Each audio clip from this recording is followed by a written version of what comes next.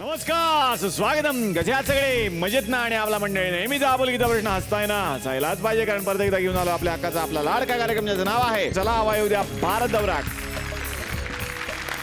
गोदाक्कांना ती खूप सुंदर भाषा येतेच, कारण तुम्ही त्या मातीतल्या आहात. काय सांगाल? माझा जन्म कोल्हापूरचा असल्यामुळं कोल्हापूरची भाषा मला पूर्णपणे माहीत आहे. काही वेळेला यांना मी शब्द सांगते, चुकत असतात, तर हा शब्द असा नाही. पण माझ्या बाबतीत बोलायचं झालं तर मी गेली 40-42 वर्ष झाले या क्षेत्रात आहे.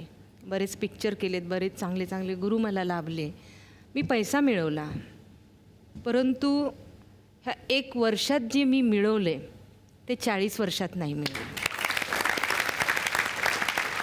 आणि ज्या वेळेला मला कळत गेलं की गोदाक्का म्हणजे राणाची आई नाही, पण ती राणाची आई आहे, आणि मी ती म्हणजे जीव तोडून मग काम करू लागले, आणि त्या भूमिकेचा रिझल्ट मला इतका छान मिळत गेला. मला स्वतःला इतकं समाधान वाटतं, मला राणाची आई म्हणून संबोधतात त्यावेळेला. आणि हार्दिक ही मला आईच्याच ठिकाणी मानतो, तेही मला एक म्हणजे खूप समाधान वाटतं की लग्न न करता, मुलं न होता जे एक सुख असतं ते मला या सिरियलमध्ये अनुभवायला मिळालं. क्या बात आहे. वा वा वा. आणि आता येणार आहे मी चंदाकडे. चंदा ही कॅरेक्टर अशी आहे की ती फक्त सारखी भडकवत असते, खूप भडकवत असते, आणि आज मला लोक चंदा या नावानेच ओळखतात. मी कधी बाहेर गेले, महालक्ष्मी मंदिराच्या इथे वगैरे गेले, तर तिथे लोक मला मारतात. हो, असे 2-3 वेळा असं झालेलं आहे. अशा 3-4 बायका आल्या आहेत आणि मागून टपली मारली आहे डायरेक्ट, आणि म्हणतात की ए चोंबडे, डायरेक्ट चोंबडे, चोंबडे तू राणा आणि अंजलीला अजिबात त्रास द्यायचा नाही. हा, म्हणजे मला असं वाटतं की हा ठीक आहे, ओके, मी नाही त्रास देते, मी फक्त सिरियलसाठी आहे हे मर्यादित. खूप छान वाटतंय, त्यासाठी मी खरंच झी मराठीचे आभार मानते. यानंतर मी आता येणार आहे जयश्रीकडे. जयश्री खरं तर पहिल्यांदा सगळ्यांना खूप आवडायची. सगळ्यांना असं वाटायचं की ती बिचारी आहे, तिची दया यायची.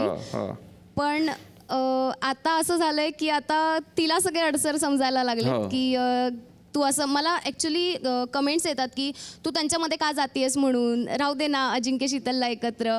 पहिल्यांदा अजिंक्यला अशा कमेंट्स यायच्या की अजिंक्य जयश्री चांगली आहे, तू तिला का सोडतोय म्हणून. खूप थँक्स, झी मराठीचे सुद्धा खूप थँक्स की मला संधी दिली. थँक्यू. त्यानंतर आपण लगेचच पुढच्या कार्यक्रमाकडे वळत आहोत. पुढचा पुरस्कार या ठिकाणी मी प्रदान करणार आहे. त्या ठिकाणी अभिनेत्री बसलेल्या आहेत, आणि आमच्याकडे सुद्धा काही अभिनेत्री आहेत. त्यापैकी काही अभिनेत्रींना आपण या ठिकाणी आज पुरस्कार द्यायचं ठरवलेलं होतं, पण कसं आहे, पुरस्कार एकच असल्या कारणानं आपण त्या ठिकाणी कॅटेगरी केली सर्वोत्कृष्ट अभिनेत्री म्हणून. तर बघूयात सर्वोत्कृष्ट अभिनेत्री कोण ठरलेला आहे. जो सिनेमा आपण सगळ्यांनी खूप डोक्यावर घेतला, जेव्हा आपल्याकडे श्रीदेवीजी खुद्द आलेल्या होत्या, सिनेमा होता नगीना, आणि नगीनाच्या निमित्तानं जिंकलेले आहेत Sridevi Bugade.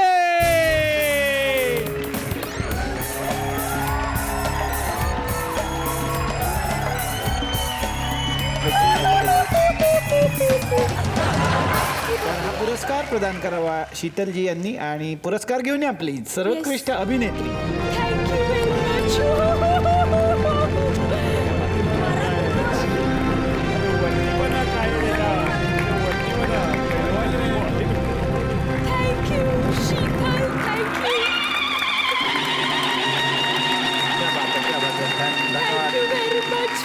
It's indeed my pleasure to accept this award from Zee Marathi and Chala Hava Yeeu Dya. नीट बोल, चला हवा येऊ दे. ज्याचं पेमेंट आहे ते तर नाही बोंबल. From Chala Hava Yeeu Dya. तर श्रीदेवीजी आपलं धन्यवाद. आणि मला असा एक प्रश्न पडलेलाच आहे बाबा की त्या काळामध्ये हा सिनेमा फार गाजला होता, आणि तो आम्ही घराघरात बसून बघितलेला होता. बिलकुल. फार भीती वाटायची की श्रीदेवी जर कुठनंही आल्या बाहेर टीव्हीतनं तर काय होईल. तर टीव्हीचे थोड़ा खौफनाक हो जाता था सब. यहाँ से वहाँ से एंट्री कहीं से भी आ जाती थी. खरं बरोबर. तर आम्हाला भीतीच वाटायची की तुम्ही बाबा एक नागिन असतं ना, त्याच्यामध्ये तुम्ही एक ट्रान्सलेट होता, आणि त्याच्यामध्ये तुम्ही एक बाई होत असता, आणि बाईमधून ट्रान्सलेट होऊन तुम्ही नागिन होत असते. ते ट्रान्सलेट शब्द त्यांच्याकडून शिकलो मगाशी मी. तर ते होत असतं तुम्ही. तर ते जे आहे कात टाकून लगेच एक वेगळंच होणं. तुम्हाला काय वाटतं की हा जर सिनेमा परत एकदा या ठिकाणी शूट झाला तर यापैकी कोण ती व्यक्तिरेखा करेल? खूप सोपं आहे. कोण करेल? जीजी आणि गोदाक्का 2 जणी करू शकतात. जीजी आणि गोदाक्का कसं काय करू शकतात? कारण कसं आहे, त्या ह्याच्यासाठी बरोबर कॅरेक्टर असतील. कसं काय? कारण का त्या शूटिंगच्या ठिकाणी शोषिक असतात हा. आणि पॅकअप नंतर सगळे त्यांचे आशिक असतात. म्हणजे कसं आहे, त्या दोघी पॅकअप नंतर लगेच कात टाकतात. सो हे तर अतिशयच आम्हाला हो, आवडलं. पण माझी एक इच्छा होती. अच्छा, तुम्ही इच्छाधारीच आहात. येस, वा साबळे, ऑसम. पण नागाचं नाव पण सूरजच आहे का? काय झालं? का? सतत असाच आहे, मग आल्यापासून असं आहे अरे बापरे, का सरळ राहतच नाही. त्याला बहुतेक एका नंदिनीची गरज आहे. क्या बात आहे, क्या बात आहे. थँक्यू, आपण आलात आणि तुम्हाला हा पुरस्कार मिळाला. या. आपण येऊ शकतो. Thank you, thank you. Bye bye.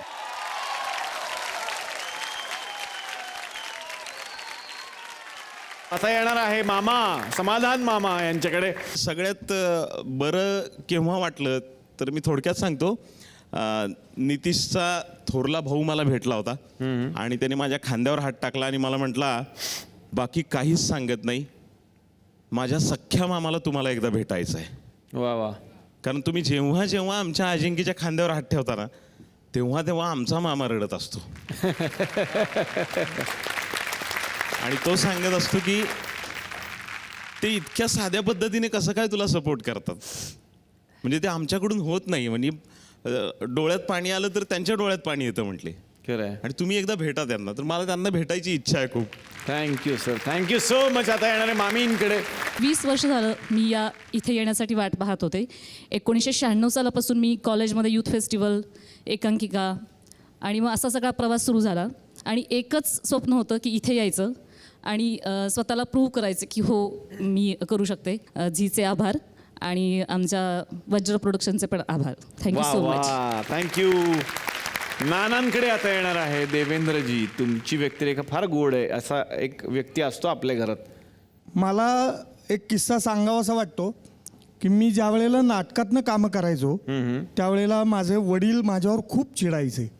त्यामुळे ते म्हणायचे, अरे हे तू काय तमसगीर आहेस का नाटक आणि तमाशातनं कामं करायला. आणि ज्या वेळेला आत्ता परवा मला सर्वोत्कृष्ट वडिलांचं पुरस्कार मिळाला, तो माझ्या वडिलांना कळला.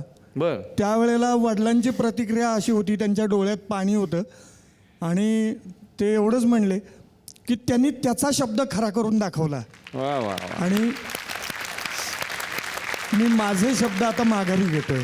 क्या बात आहे. वा वा. आता मी येणार आहे शीतलच्या आईंकडे. मामींनी पहिल्यांदा सांगितलं होतं की आमचा दोघींचा चेहरा बऱ्यापैकी हो. मिळता जुळता आहे. वाटतोच आणि same. ती म्हणाली की अजून मला मेकअप वगैरे करायचं झालं होतं आणि हिने सांगितलं की तुझं सिलेक्शन होणार, मला माहिती आहे तुझं सिलेक्शन होणार वगैरे असं.